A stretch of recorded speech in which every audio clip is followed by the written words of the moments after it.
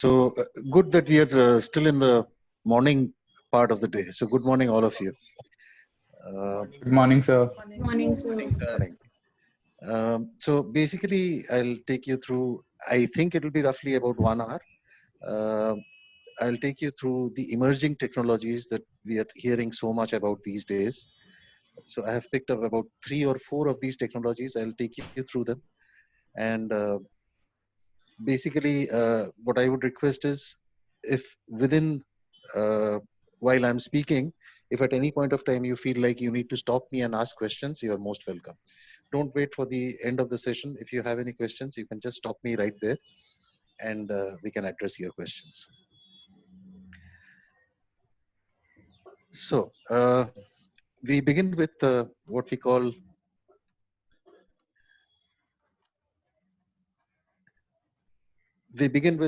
the Gartner's hype cycle. But before we go into that, um, I want to bring your attention to these two photographs on the right.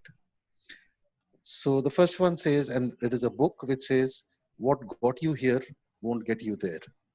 So you guys have done a lot so far. You have studied a lot of things, and you have reached a certain point. You're about to launch your careers in the corporate world. But you have to remember one thing, that with all the efforts and all the hard work that you have put in, if you think that that is enough and sufficient for you to stay over there, that is not correct. So you will see that in order to grow, in order to not even grow, in order to just stay afloat, you will constantly need to learn new things. And so this introduction or the primer on these 5 technologies is basically to enable you uh, and encourage you to learn more about these when you go into your corporate jobs and responsibilities. The bottom picture is, of course, one of my favorites. And if someone can guess who this person is, I'll stop for a minute and can somebody guess who this person is on the right hand side bottom? Einstein. Albert Albert Einstein. Einstein. Absolutely. So, and he is one of my personal heroes. And he said that no problem can be solved from the same level of consciousness that created it. So, necessity has always been the mother of invention, right?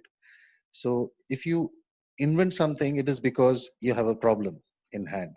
But that problem cannot be solved with the same level of consciousness, with the same level of knowledge.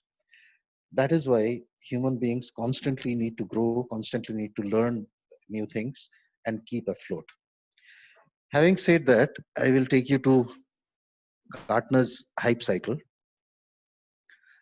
So Gartner is a market research organization who almost every year they publish something that they call the hype cycle, and I'll come to it why they call it a hype cycle. I don't know if you've already learned this, but so Gartner actually maps different technologies that are at the inception stage. So these are innovative technologies. The first stage that you see is that there is an innovation trigger. So something triggers that innovation, and then the expectation of people, it gradually rises as people see that this technology has got a lot of promises and it can change our lives completely. So the hype or the expectations around that technology, it gradually rises, and then it reaches a peak, and then the expectation starts falling down, where people see that maybe this is not exactly what we thought it can deliver, till finally it reaches a plateau. This is where we get the real value in our day-to-day life from those technologies. So let us look at a few, um, and particularly at the ones that I have circled in red. Uh, so you see generative adversarial networks. These are called GANs. Uh, I'll come to that. Um, then there is adaptive machine learning, adaptive ML. There is emotional AI, emotional artificial intelligence. There is explainable AI, artificial intelligence which can be explained. There is edge AI. Edge means it is on the field. It is not located at the data centers or centrally at one location, but it is distributed in the field. Then we have edge analytics. Um, this one is AI PaaS. PaaS actually is platform as a service, not so much relevant for today's discourse, but this is once again artificial intelligence. Then we look at 5G, which is at the peak of expectations right now. And then there is something like autonomous driving. So the ones that are highlighted are the ones that I would like to take you through today, so that you at least have a basic idea of what these technologies are and where they are leading and how they are going to influence our lives. Does that sound good? Yes, sir. Yes, sir. Yes, sir. Yeah, thank you so much. Uh, so the agenda will be, we will talk about a few IoT applications. We will talk about machine learning and artificial intelligence. We will talk about 5G network, and we will talk about a digital enterprise. What exactly we mean by a cognitive digital enterprise. The picture on the right is, of course, very well known. It is Rabindranath Tagore. I, being a Bengali, actually, there are two pillars of my life. One is Einstein, and the other one is Rabindranath Tagore. So Rabindranath Tagore had said that a lamp can never light another lamp unless it continues to burn its own flame. So the whole idea of knowledge synthesis, how knowledge is actually built, is not just by reading, but also discussing with people, participating in different events where you talk. The more you talk, the more you learn.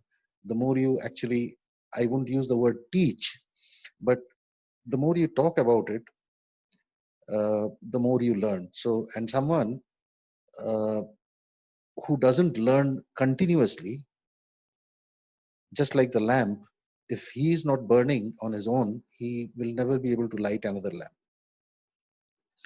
So with that as a foreground, we will start talking about what IoT is and look at a few IoT examples, applications. Uh, are you already familiar with the term IoT? Some of you? Yes, sir.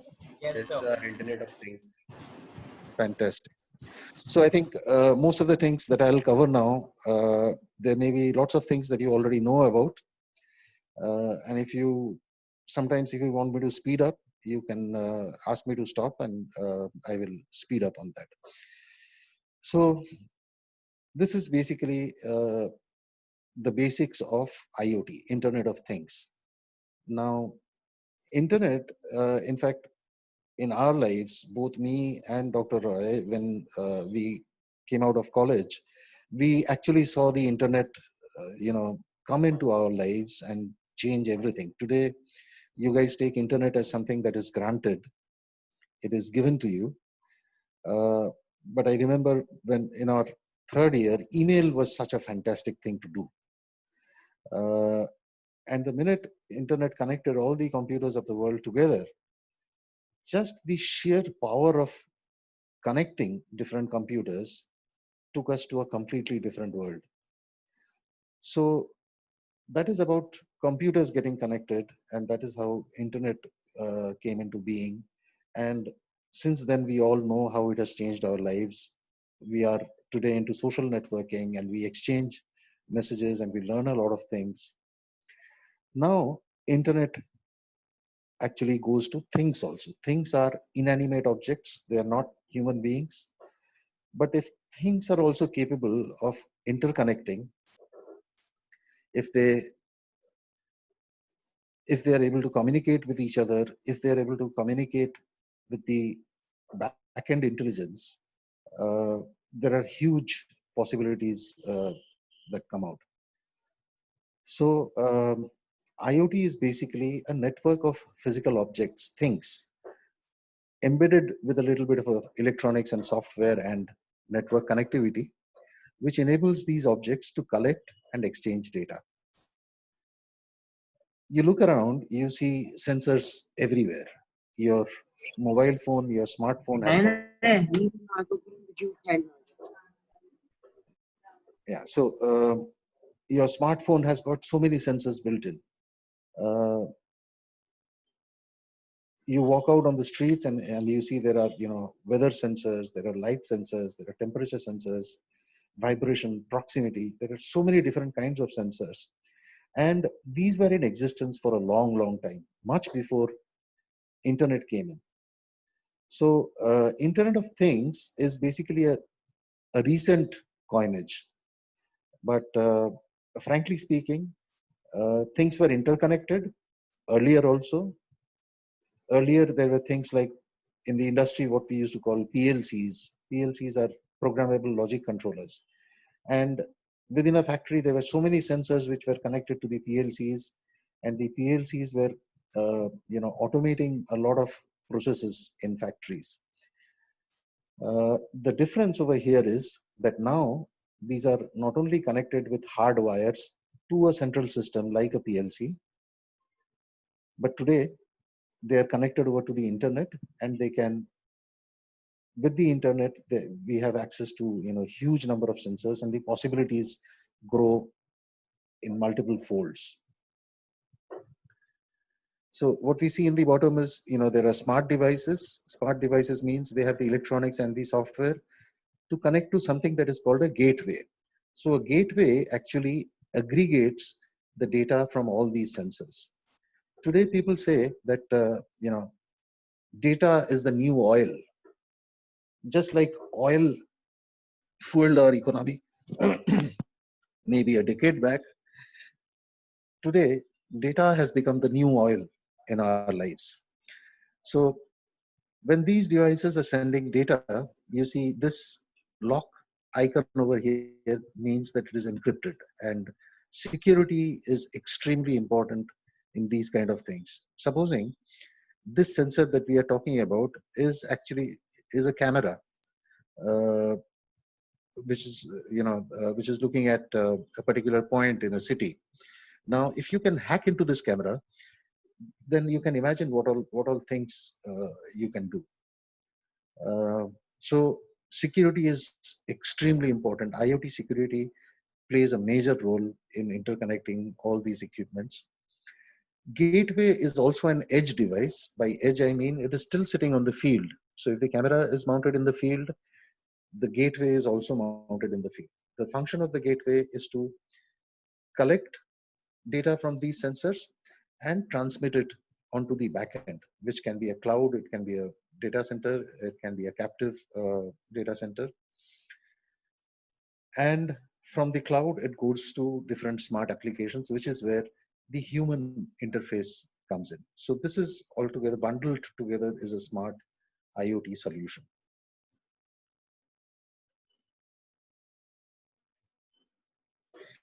Right. So before we go into a particular scenario or an application, today we see how IoT is all pervading. It is in our homes. Um, you must have seen several videos. Some of you might be having in your home things like Alexa, and even the bulbs, they are smart. The refrigerators, they are smart, and TVs, of course, are smart. So you can control a lot of things by your voice. If you forget to switch off your air conditioner uh, before you leave, then probably you can have an application on your phone where if you suddenly remember that the AC is switched on, you can switch it off from your mobile phone.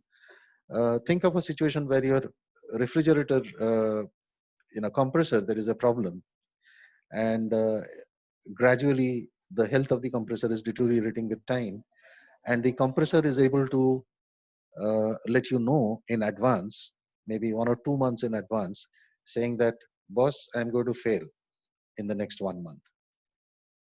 That'll be a fantastic thing. So in our homes, IoT is playing a big role. Many of us have elderly parents, so some people who are staying abroad and they have elderly parents back in India, and they need to monitor their health. So they have these, smart devices, wearable smart devices, which will constantly collect health data, and and the children sitting anywhere in the world, they can actually see how their parents are and take preemptive actions if health deteriorates somewhere. Let us look at transport. Transport, how, if you're thinking that self autonomous vehicles, driverless vehicles is a long, long way ahead, it is actually not. India has its own challenges in terms of traffic management. The width of the roads, the infrastructure itself, and the number of vehicles on the roads. But all said and done, I think it is a matter of 5 to 10 years that autonomous vehicles, as the technology also improves, uh, so autonomous vehicles are bound to take over our roads. Uh, we already see lots of signs in other different cities, but India, of course, has its own challenges. But apart from that, there's a lot of IoT application within the transport domain. We will touch upon a few. We already spoke about health, right? And IoT in health is all pervasive. In fact, I would like to make a sweeping statement that the way internet and technology uh,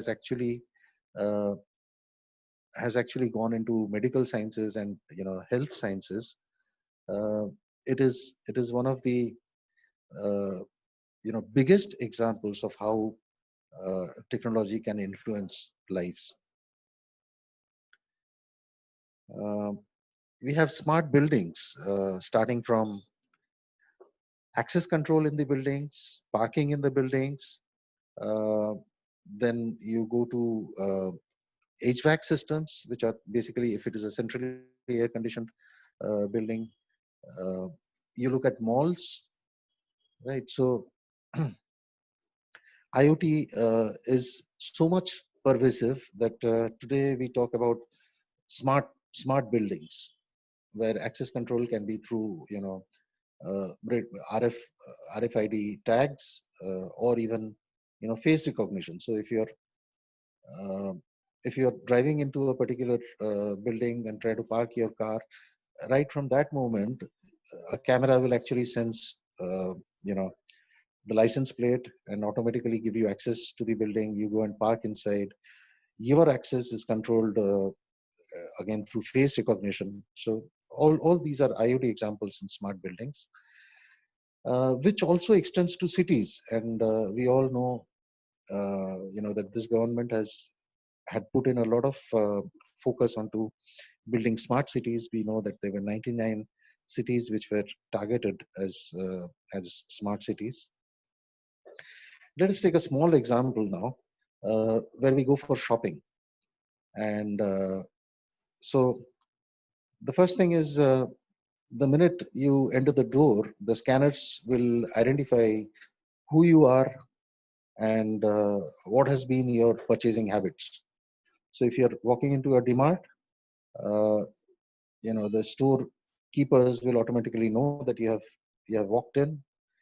And while you're walking down the aisles, last time, if you had purchased, say, Ashirvad Atta, for example, when you are passing by packets of Ashirvad Atta, then you'll get a push notification on your mobile saying that there is a new packet of Ashirvad Atta which has come up, which is more delicious and things like that. So the products will start talking to you, uh, and so having done that, when you pick up a particular packet from the shelves, uh,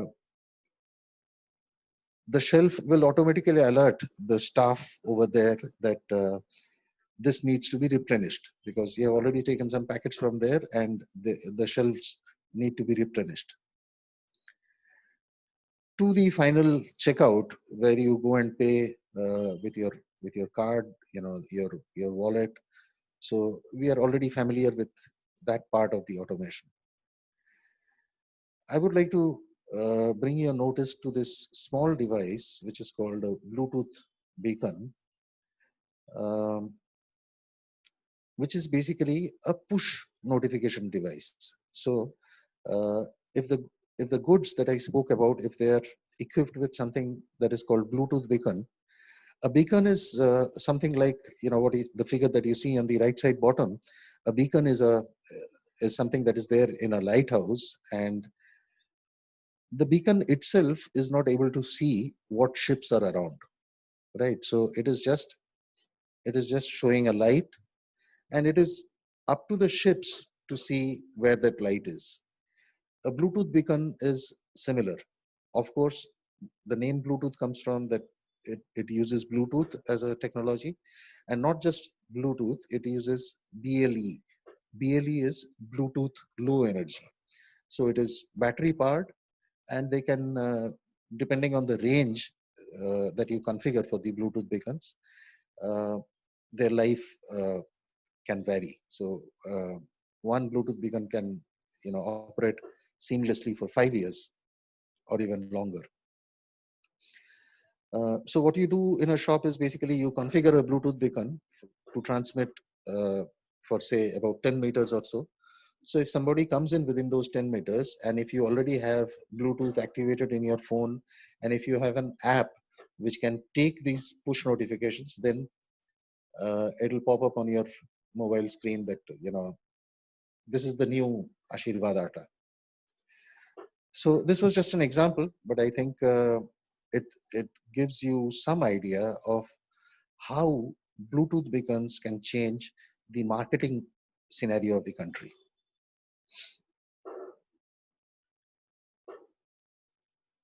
So we move to the next one, which is IoT in smart cities. Let us take smart energy, for example. And today we know most of our meters, they are smart meters in the sense that you do not actually need the guy from the electricity office to come down to your building and take meter readings, but the meters themselves can transmit the consumption to to a central location from where the billing takes place.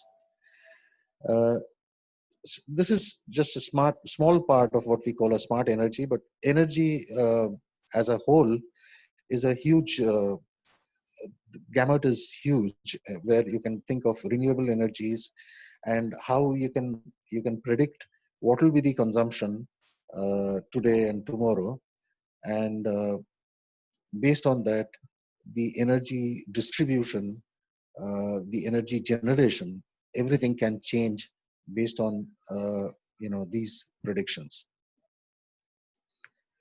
And there are plenty of IoT devices that can be used in the smart energy, depending on the use case. Let us look at gas and water leak detection. So there can be so much of wastage in the pipelines that carry gas and water. So if there are sensors which can detect the fall in pressure in the line due to leakage, and then it can immediately alert the municipal corporation authorities that there is a leakage over here, and immediately it gets replaced. So we see that sensors are getting mounted everywhere, not only in our houses but also in the cities that we live. Let us go to public safety now.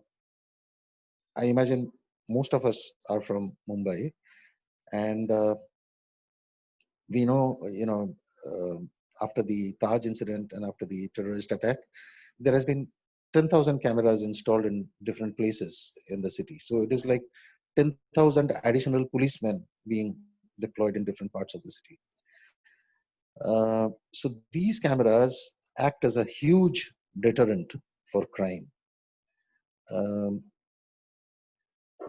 the picture on the right hand side is not exactly a smart city control room, but it is more of a surveillance control room, where you can see, and this is actually a picture from Mumbai. So where you see there are so many video walls and screens over there where people are constantly monitoring what is happening around the city. Not only that, these cameras, these edge devices, also the software in the data centers, they are capable of doing intelligent analytics. So if there is an accident, uh, you can imagine that you cannot see probably all 10,000 screens at the same point of time. And if there are humans who are sitting over there and trying to find out what is happening in each of the screens, there is a lot of human fatigue factor also that comes in. So you may miss certain incidents. But these camera analytics, they show you where an accident has happened and automatically pop up, that in front of the screen, and raise alerts. Uh, we will see how these analytics can be done over the cameras using artificial intelligence. But right now, let us move on to the other IoT applications in a smart city. We already spoke a little bit about smart health, but imagine if a senior citizen is living all on his own in a huge apartment building, say on the 15th floor, and he is suddenly unwell or he has fainted, and so that signal, if it automatically goes to the closest hospital, and an ambulance is sent over there immediately. This is something that is called the golden hour. So between the instant where the incidence has, at which point the incidence has happened, to the point where rescue or relief arrives, that 1 hour is extremely critical. So this is how IoT helps us in smart health systems. Traffic management, we will take a slight deeper look in the subsequent slides. Education. Now, the way you are being taught today, the way you are attending the classes, is something that we couldn't have imagined 5 years back. Everything happening online, probably exams also happening online, evaluation online. This is marvelous. And if you just pause for a while and then think what it was 5 years back, and how IoT and technology is helping us move forward, I think it's fantastic. Smart street lights. So street lights, which can detect that the ambient light is good enough. Now we need not uh, we need not keep this street light switched on, so they switch off automatically. In the evenings, when the ambient light drops down, then the street lights get intelligent enough and they switch on automatically. Uh, Deep in the middle of the night, say around 2 o'clock in the night, where there are not so many vehicles on the roads, but street lights burning to full glory, which means a lot of energy wastage. So if street lights can also detect motion, if they can detect that there is a vehicle which is approaching, and the street light, they light up on their own. So these technologies are available. They're being deployed in smart cities. Um, and you don't have to go too far to see this. If most of you are in Mumbai, you take a walk into the BKC complex, and they have quite a few smart street lighting areas over there. Air pollution, where the air is constantly monitored for, they call it COX and SOx. So carbon monoxide, carbon dioxide, and similarly sulfur compounds, which are extremely uh, harmful for human beings. They're constantly monitored. The particulate matters, the smaller particles which can easily go through our nose and deep into our lungs and can spoil our health. What is the particulate matter concentration? These are constantly monitored, and I'm sure if you had your eyes open while traveling on the roads, most of the places you would have seen large displays which shows, PM10. PM10 is particulate matter 10. What is the 10 means the size in microns. So what is the concentration of PM10? What is the concentration of PM2.5?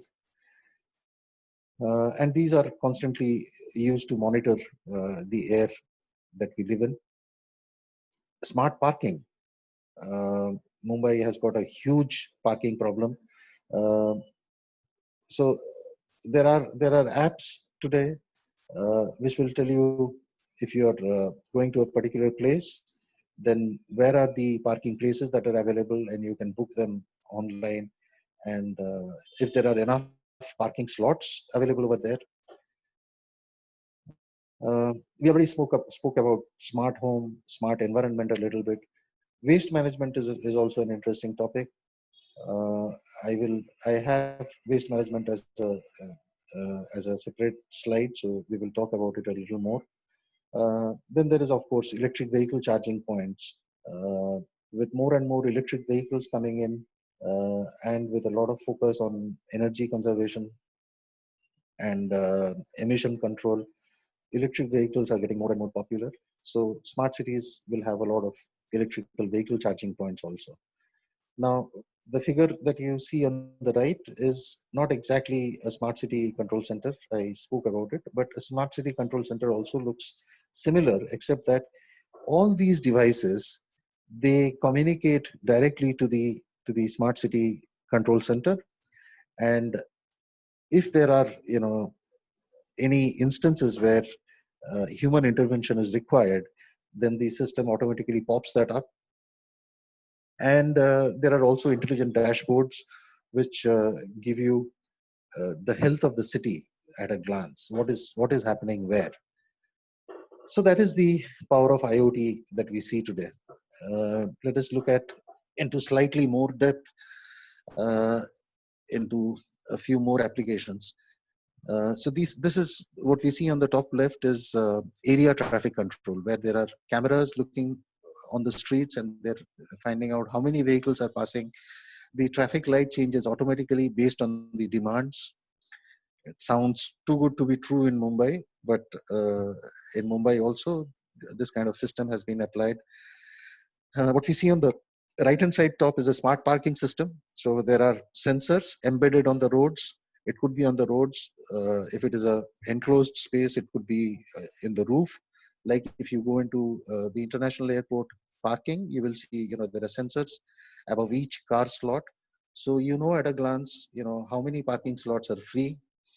And all of these, they communicate to the gateway, and the gateway communicates back to the internet, as in the figure that we saw earlier.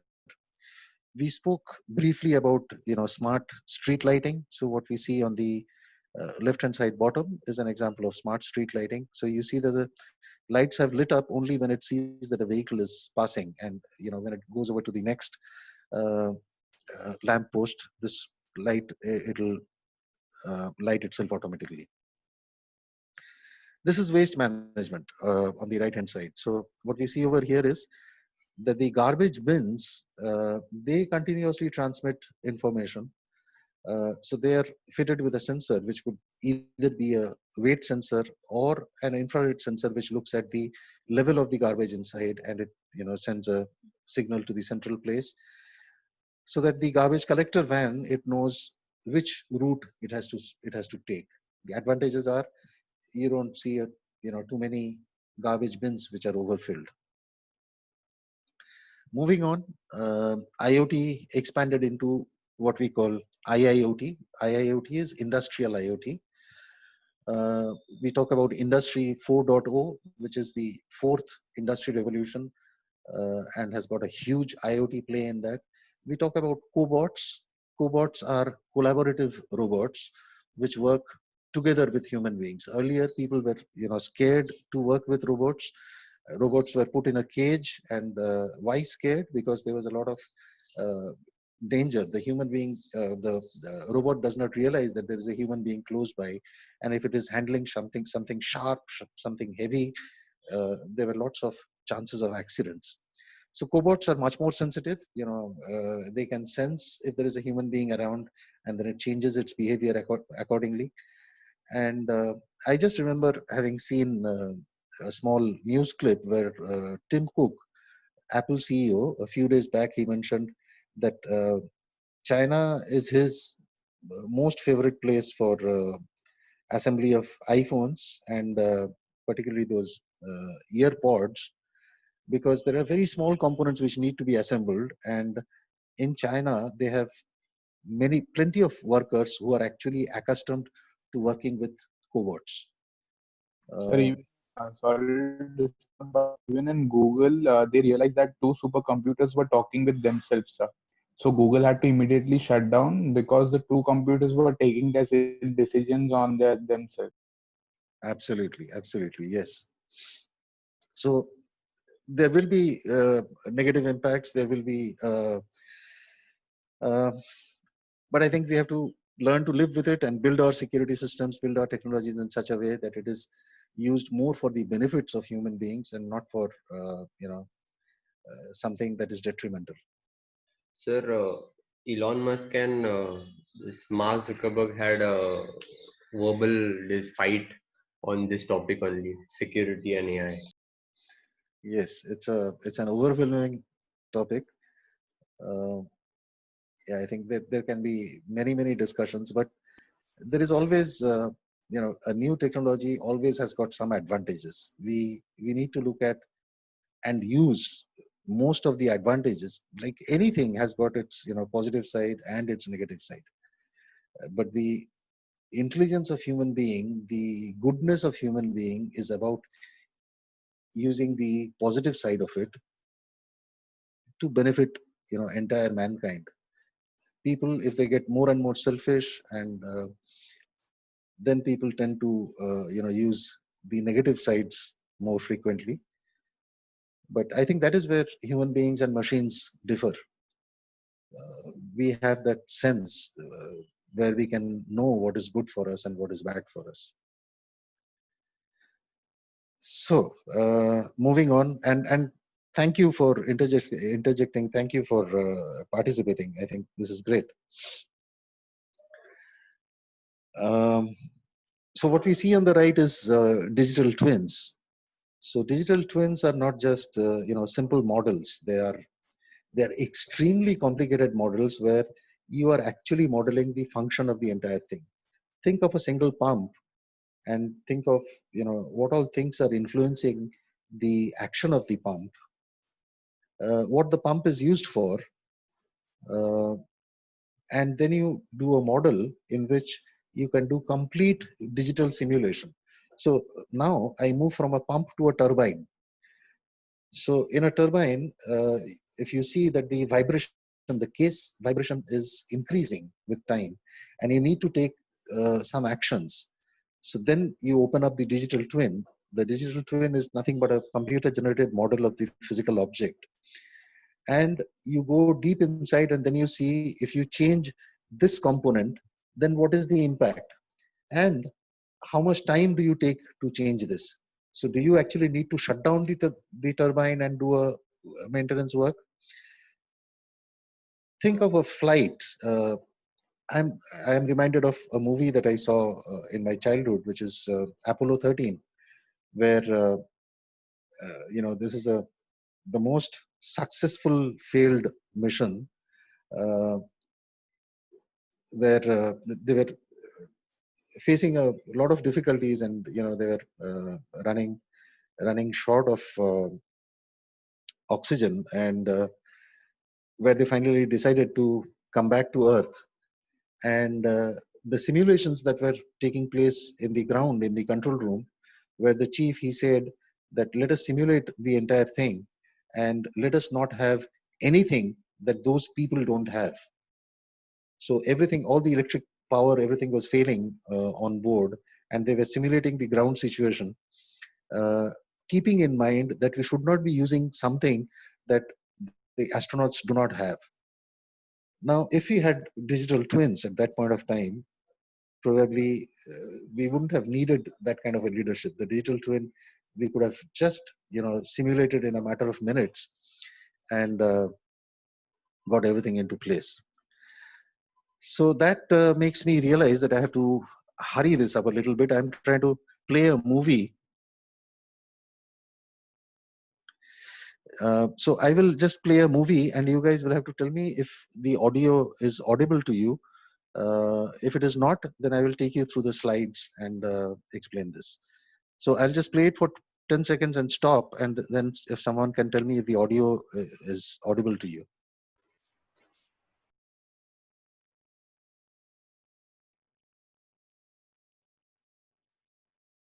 Was it audible? No, sir. No, Okay. sir. So for that you have to share the computer sound. Yeah, I guessed that. So I'll take you through the slides. Okay. Now it is audible, right? Yes. Okay. So this is an airport, and in this airport they have these trains which carry people from one terminal to another. These trains, they run on electrical power, and these are driverless trains. These are called APMs. APM is automated people mover.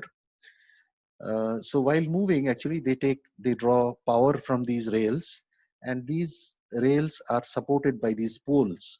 Now, when the train passes, it makes constant physical contact with the rail, and because of that, the poles vibrate and they become loose with a point of gradually with time. So it is extremely important for them to know when this pole is going to fail.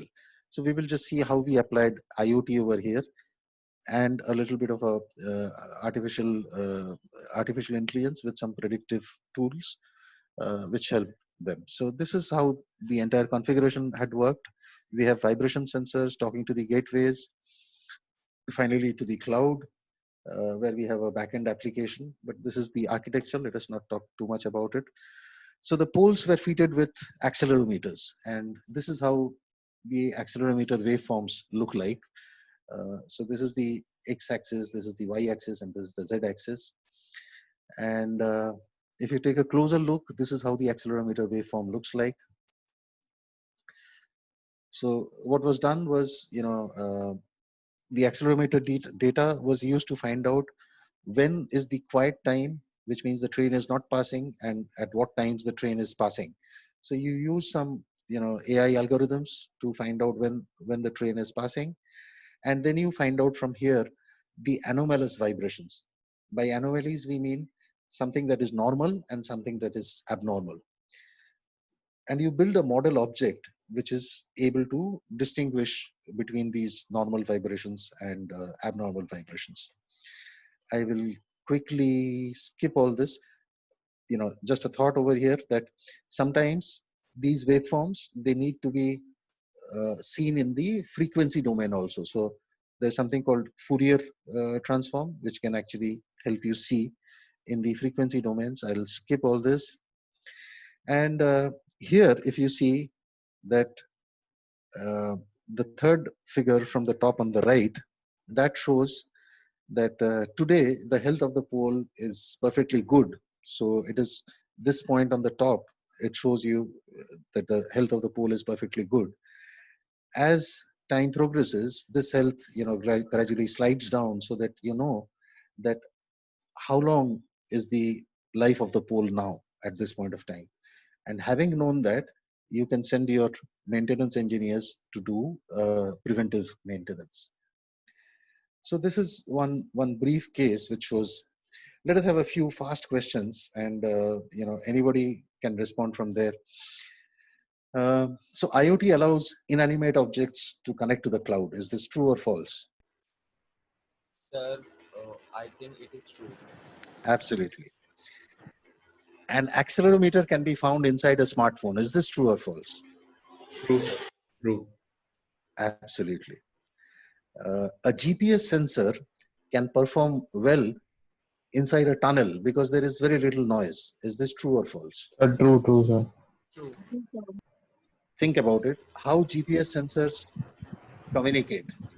No, sir, I think it's false. True. So there can be fittings which could be there inside the tunnel, which allows the GPS to work over there. Okay, but currently I am with the lady because who said false, because a typical GPS sensor, you were right. There are There can be other mechanisms which can tell you exactly the location inside a tunnel also. But typically how GPS sensors work is they communicate with satellites, and the satellites, through a triangulation method, they tell you what exactly is your location. So if you're talking GPS as a technology inside a tunnel, it'll probably not work. So I am, without knowing your name, the lady, I think I am on your side, Yes, sir. Thank you. right? So I have an GPS, explanation also for this. okay, go ahead, please. Yeah, sir. So I believe the 6 kilohertz goes upwards and 4 kilohertz come downwards. So in a tunnel there won't be a proper network for that. So according to that, the diagram which we do learn for satellite, it will not be a proper for this statement. Fantastic. Can I have your name? Priyanka Harjani. Priyanka, fantastic. Thank you. So GPRS is a special form of GPS. Is this true or false? False. False. Right. So what is GPRS and what is GPS?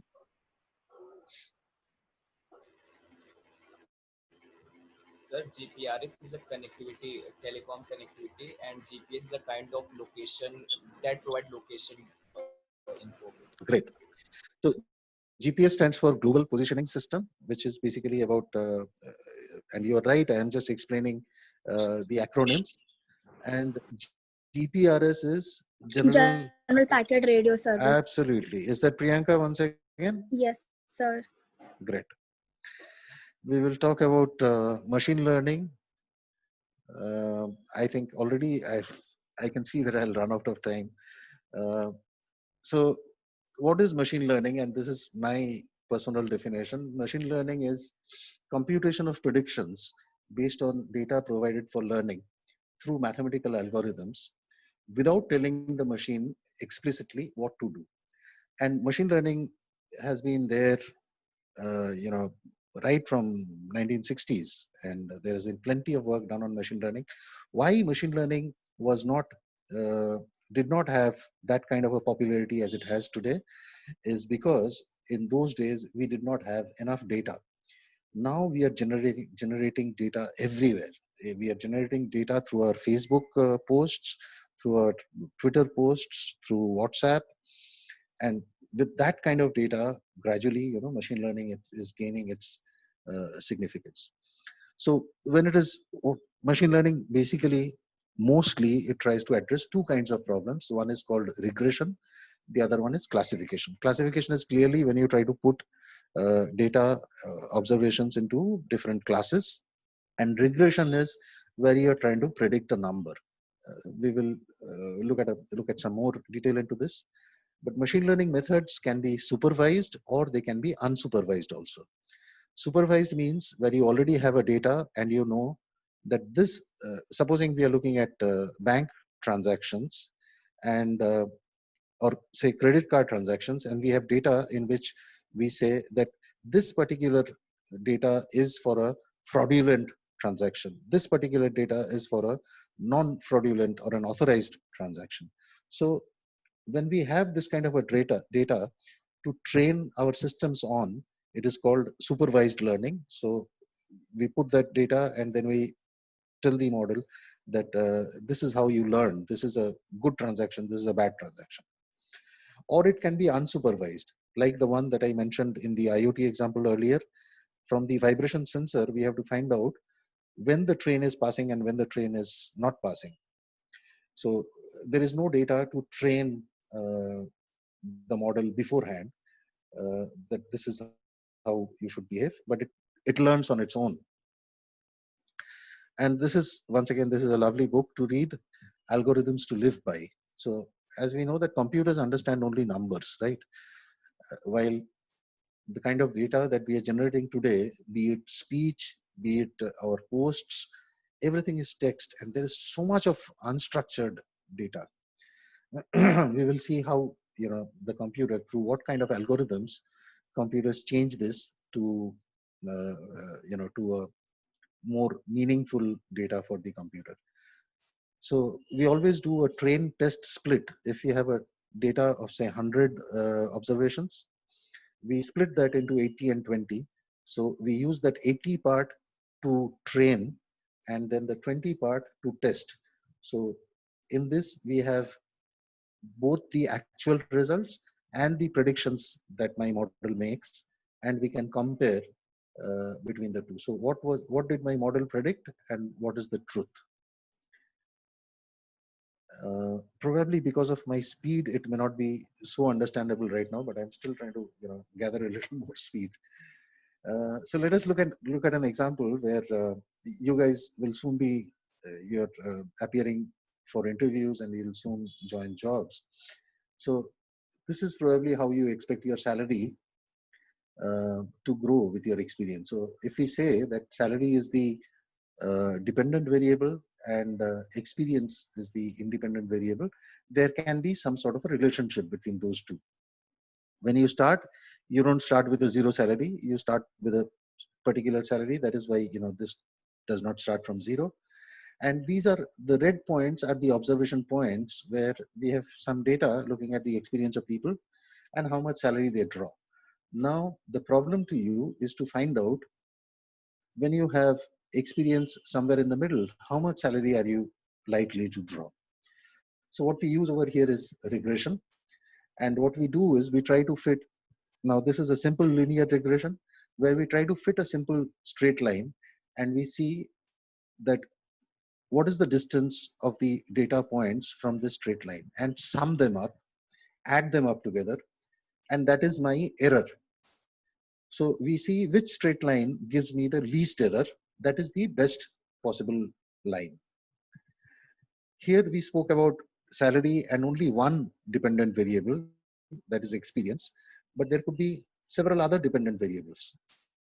So the example on the right hand side is a multiple linear regression where there are two variables, x1 and x2. And here you see that this is a linear regression example, and it shows a plane instead of a line over here. Now this you can imagine that if there are 5 different dimensions, supposing we are trying to predict the price of a house, it can depend on the number of rooms, the location, the vastu, whether it is east facing or north facing. So there could be 10-15 different parameters on which the price of the house depends. Now if you try to predict the price of the house based on these 10-15 parameters, you cannot actually visualize this. Here we can visualize this 3-dimensional space because if you take 2 variables, it is possible. But if you are taking 15 variables, then it becomes a multi-dimensional space which you cannot visualize, but you can still have this regression mechanism working over there, something that we call a hyperplane. Instead of this kind of a plane, it is there in multiple dimensions. You can also have polynomial regression. So the relationship may not always be linear, it can be like a polynomial. There are other kinds of regression mechanisms also, which is support vector, decision tree, random forest.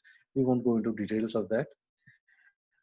One of the most popular regression techniques is logistic regression. So here you see that supposing the x-axis is the age of a person and y-axis is whether he has a car or not. So the ones in the bottom is where the person doesn't have a car, and these ones on the top where the person has the car. So obviously you can see that young people do not have a car, but people with a little more age, they possess a car. So here, if you try to draw a straight line like this, it doesn't make sense because it goes below this and it goes above this, right? So it doesn't make sense. There, what we try to apply is a different formula. It's called logistic regression, which stays between 0 and 1. So this is the formula. And with this, we can use, just one example is, supposing there are so many email offers that we receive every day that this product is available at such and such price. Can we predict whether a customer will buy based on the offer or not. So this is basically a classification problem. And so either a person buys or he doesn't buy, and logistic regression can be used for this. Now, there are methods called clustering. So where we see that there are two given clusters, and we are trying to find out a new point, whether this fits into this cluster or this cluster. So these are people who have bought the car, these are people who have not bought the car, and this is a new point. We want to see whether this guy is going to buy or not. So what we do is we try to see which are the nearest neighbors. So if we take 5 nearest neighbors, for example, uh, then we will see that there are 3 red neighbors and there are 2 closest green neighbors. So most probably this new point will belong to the red cluster. So these are different algorithms which can be used, but clustering is one of the fantastic techniques which can be used in machine learning for prediction. We go into a little deeper into artificial intelligence. We look at human brains. So human brains consist of hundreds of billions of neurons. So this is how typically a neuron looks. It is dyed and it is put on a piece of glass, and then under the microscope it is photographed. And this shows that the neurons have got a nucleus, it has got dendrites, it has got a body which is called the axon, and then the terminals which help connect with the other neuron. And you can imagine the brain with these hundreds of billions of neurons, it has formed a huge mesh. Now we try to deploy this in computers. So here we have the input layer, and then there is a hidden layer, and then there is a output layer. So there are a few inputs which go into the input layer, and the output layer you are trying to determine whether this person buys a car or not, for example. Or it could be, I think a better example which I have later is you show a picture to a computer and ask the computer to recognize whether it is a cat or a dog. You take your picture and you upload on the Facebook, and Facebook recognizes that this is your picture. How does it do that? So the pixels of the picture form inputs to this neural network, and the output determines whether this is your face or somebody else's face. We will talk about this in slightly more detail, not too much in detail, but let us look at this, for example. So this is a cat, and as I told you, the computer understands only numbers. So now what are these numbers in case of a picture? We understand pixel, right? This can be broken up into so many pixels, and so this is the pixel intensity goes as an input layer, and each of these connections, they have a weight. So the weight is randomly initialized in the beginning. Then there is an activation function which happens inside the neuron, and then there is a final prediction. So you see there are multiple hidden layers over here. So it is not a shallow network. We are going towards a deep network. The more number of hidden layers, the deeper the network is. So with this weight and with this activation function, we know how the next neuron is going to behave. And in the first cycle, it says that this is a dog, it is not a cat, which we know is wrong. So now we train. How do we train? We go in a feedback loop. So while we go back, we retrain all these weights and tell the system that this is not a dog, this is a cat. So we keep on doing this training example with hundreds of cat pictures, with hundreds of dog pictures, and that is how the system gradually gets trained. Let us see a few examples over here. We see COVID times. So whether people are maintaining social distancing or not. So you identify where the person is, you see what the distance is, and you raise an alarm. if social distancing is not being maintained. Whether the person is wearing a mask or not. So here you detect the face of the person, and here you detect that yes, he is wearing a mask. How do you detect that a vehicle is violating red lights? So there are cameras which are looking at your vehicles, and then the cameras isolate the number plate, and through a mechanism called OCR, optical character recognition, we find out what is the license plate, and then automatically that challan is sent to you.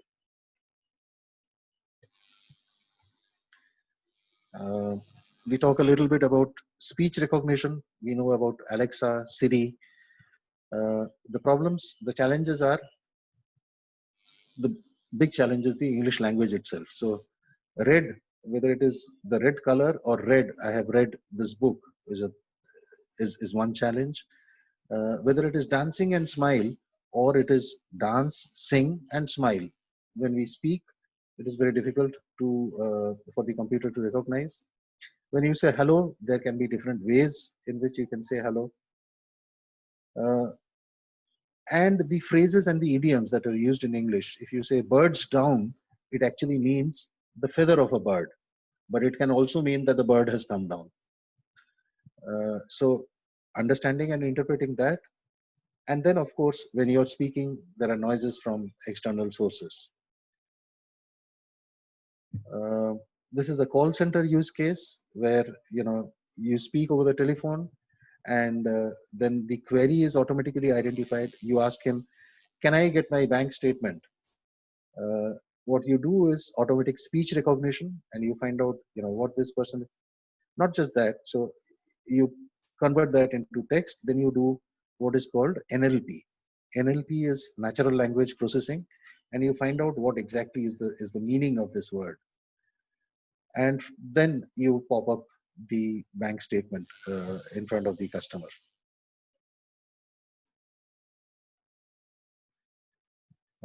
Dr. Roy, I think we have another 10 minutes. I'll try to hurry this through. So let us look at the trends. Google reports that 27% of the online global population is using voice search on mobile. I'm sure many of you do. eMarketer predicted that over a third of the US population would use a voice assistant monthly, and it is up by 10% from 2018. And there are so many other examples where I think one of the very interesting examples is speech emotion recognition. So if you are speaking with a call center, and you are speaking with a very angry voice, and it needs to be escalated, the system can automatically do that on its own. Just a broad overview on how natural language processing works. There is a model called bag of words. So you see, English language has got almost about 600,000 words. But what we use most frequently is actually 3,000 words. 95% of our used English that is used in our daily use is about 3,000. So if I have a statement, so this actually tells you how I am converting a simple text into a matrix or a vector that the computer can understand. So you imagine I have spread the dictionary out laterally. So 20,000 elements, I have spread it out. When I say hello, hello is actually the fourth or the fifth word in the dictionary. Ram can change, and it goes into the last bucket, which is for miscellaneous. Checking. So you remove the ing part. It is called lemmatization. And once you do that, checking actually belongs over here. So there is, in this whole sentence, you have spoken hello once, you have spoken you twice, and checking once, and that is how this whole sentence is converted into a vector of 20,000 elements. Now you have a training data. So you look at, okay, let us look at this question. It is asking me, hello Ram, checking if you are back in Mumbai, let's catch up. Cheers, Ravi. So I want to predict whether I will give a reply yes to this or a no reply to this. So for that, I look at my other messages, which I use for training. It says, "Hi Ram, did you check the last movie of Sushant?" My reply was no. "Hello buddy, can we catch up on Tuesday for lunch?" My reply was yes. And this one says, "Ramu Bhaiya, is mainland China a good choice for Chinese food?" I said yes. So all this data now converted into a vector like this, and I know that the outcome of this was no, the outcome of this was yes, and so on. So once we train this data, we fit a logistic regression model, and then we predict whether I'm going to say yes or no to this. This may not be the appropriate example, but I think uh, the idea at least is now clear to you. So use cases, it can be enormous. We have already seen so much of it: marketing, sales, analytics, customer service, uh, fintech, into healthcare, HR, IT operations, self-driving cars. A car has to determine which path I should take. There is an obstacle in front. So huge application of AI. Let us have fast questions. So logistic regression can be used for classification problems. Is this true or false? True. Perfect.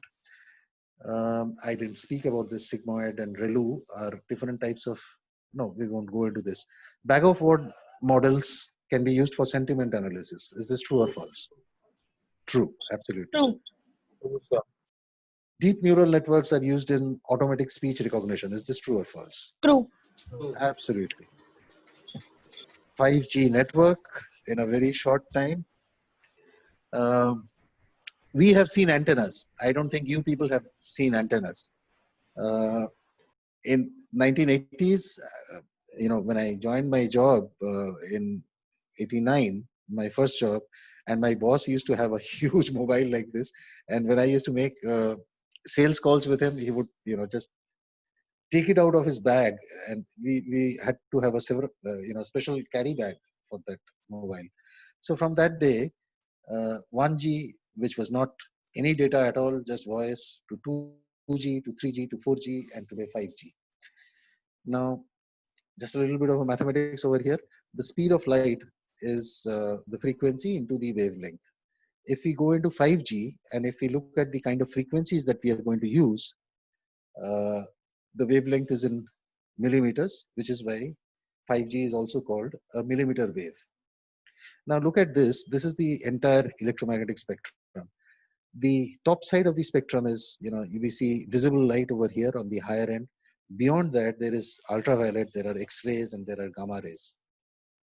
We come to the lower end of the spectrum. 2G, 3G, 4G, we are going around 2.4, 2.6 kind of gigahertz. 5G is talking about up to 3.8, but doesn't interest me. What interests me most is 5G also has a band which is from 30 gigahertz to almost about 70 gigahertz. And why it interests me is the following. Now let us look at the core of the technology. This is a 5 rupee coin. This is a 5G antenna size. So it's a very small antenna. It's high frequency. Now these are how the towers will have so many antennas, maybe thousands of those antennas, and they form something that is called a phased array. So it forms beams which are directly talking to your mobile devices. You can look at these beams now. Phased array because the transmission happens with a phase lag, and because of that there is interference, and there is one strong point and there is one nullified point. Won't go into further details. The cell towers will be very small, but the downside of this is that it will be very short range. By short range I mean 100 200 meters at most. So one cell tower will cover 100 or 200 meters. But the backbone, say you're using a Geo 5G, for example, let us look at the backbone. Here what was happening is, earlier we were following a hub and spoke model. So I make a call to Priyanka, for which I go to the back end, and then the cell tower deflects this call to Priyanka. But if me and Priyanka are close together and we are sitting side by side, 5G will allow me to directly make a call to Priyanka without going to the hub. Okay, so peer to peer is absolutely possible. Full duplex is possible. Full duplex, now there are different communication mechanisms. One is simplex, half duplex, and full duplex. So, which means basically both the devices can talk simultaneously over the same channel. There are multiple paths which can be possible. So, in the 5G era, we will have plenty of small antennas in every 100 meters or 200 meters. So, my building will have antennas. The building opposite on the opposite side of the road they will have several other antennas, and if I am talking or I am sending some data, if one data path fails, it will automatically pick up the other data path, and this is a complete mesh that is formed, and I am sure that my message will finally reach the recipient. In the backend, it will also use something that is called a software-defined networking. So it is not, hardcore, hardwired networking. Which means if in a particular locality, lots of people are playing PUBG, and then Geo decides, let us make a separate channel for PUBG, and let us make a separate channel for other kinds of communications. So just at the click of a button, Geo can do the entire allocation like that. So that is the advantage of software-defined networking. It also has a context-aware resource allocation, which means if we will see that 5G will be used by autonomous cars also. Now, if you're driving, you need 5G. You also simultaneously you're playing YouTube or something like that. But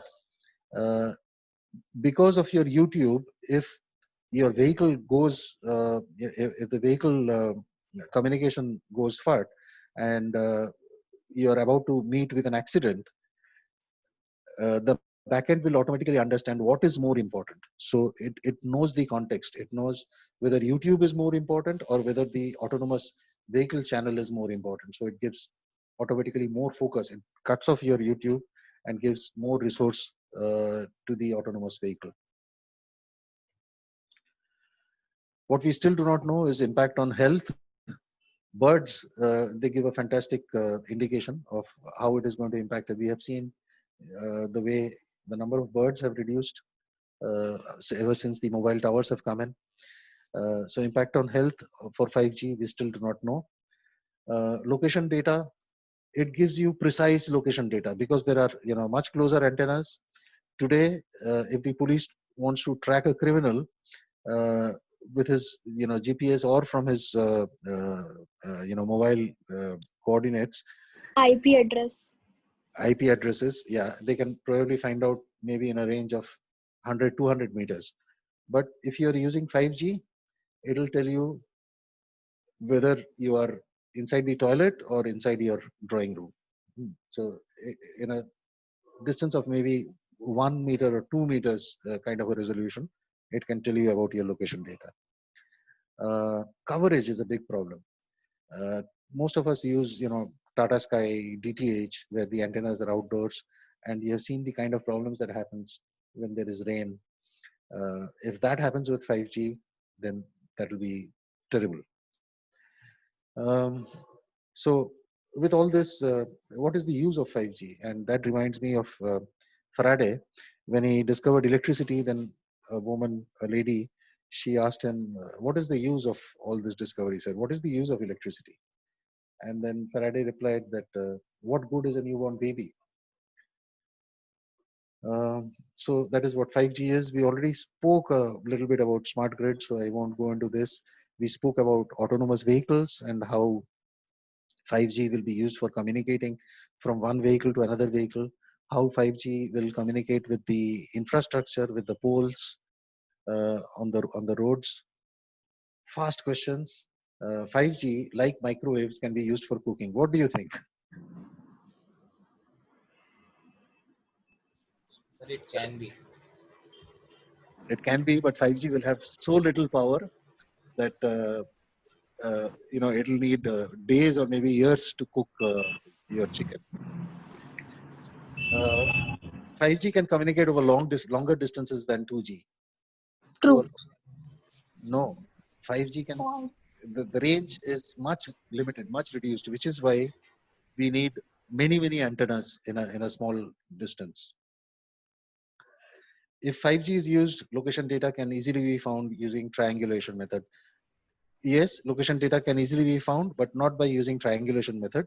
It is because of the beams, beam formation. So that beam will precisely know where exactly you are. And from the reflected data, from the reflected wave, it will also know in this particular point of time where exactly you are. 5G uses the hub and spoke model for communication is not true. It works more of in a mesh mode. It is not the hub and spoke model. So do we wrap up over here, Devashish, or I think I will. If I continue, I'll take another. Yeah, I think we'll do that.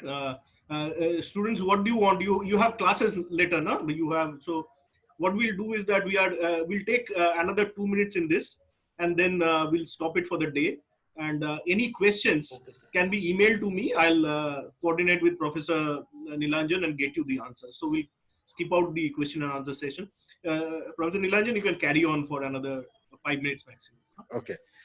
So very quickly, let us look at what a digital enterprise can mean. So once you guys you're working into corporate lives, and let us look at emails. So there are thousands of. Let us imagine that this is an insurance company. There are emails which are coming in, and the emails are not classified properly. So 40% of those emails, they just get lost, somewhere.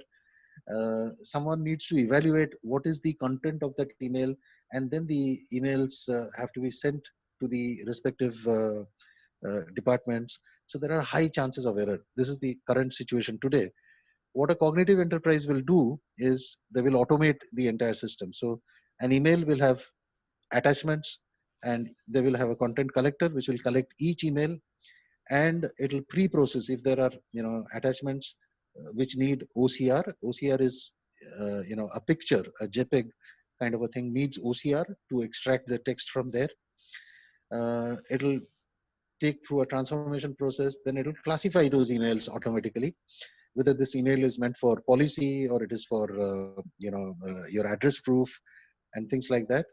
And very few mails which it will not be able to classify and route to the particular recipient, it will raise an exception. So this is how you can automate the entire process. You can reduce the manpower used in that process, and you can make it more and more efficient. That is what cognitive digitization is about. Let us look at banks which are doing bilateral trade agreements. So every time you send an agreement and then you receive a confirmation, and then you have to compare what were the terms in the confirmation, what are the terms in the proposal, whether they're okay or not. And using the similar techniques, so you can convert the PDF into a JSON. Then you can find out what are the key values, what are the key parameters which are indicated in tables, and then you can do contextual mapping, which means sometimes you say something like a counterparty, but who is the counterparty? So it goes through the rest of the document. NLP goes through the rest of the document and finds out who is the counterparty. So this kind of a contextual mapping is also done. And then finally you find out where are the mismatches. So here also you see how difficult and how tiring it was for one person who would manually compare thousands of such document pairs, and what this kind of an automation can give you huge benefits. So I won't go into this. And finally, a big thank you to all of you for listening so patiently and participating so actively. I just hope that we have a longer session someday where I can take many more questions and there can be a much better interaction. Thank you so much. So thank you. Thank you, sir. So I would like to give a vote of thanks from the entire class to our guest speaker, Professor Nilanjan Chakravarti, sir, for enlightening us with the various aspects of IoT, machine learning, artificial intelligence, 5G spectrum, and digital enterprises. This information has surely updated us with technology and also helped to gain more insights on the same. Thank you so much, sir, for this interactive session. We have surely learned a lot from you. Over to you, Debashish.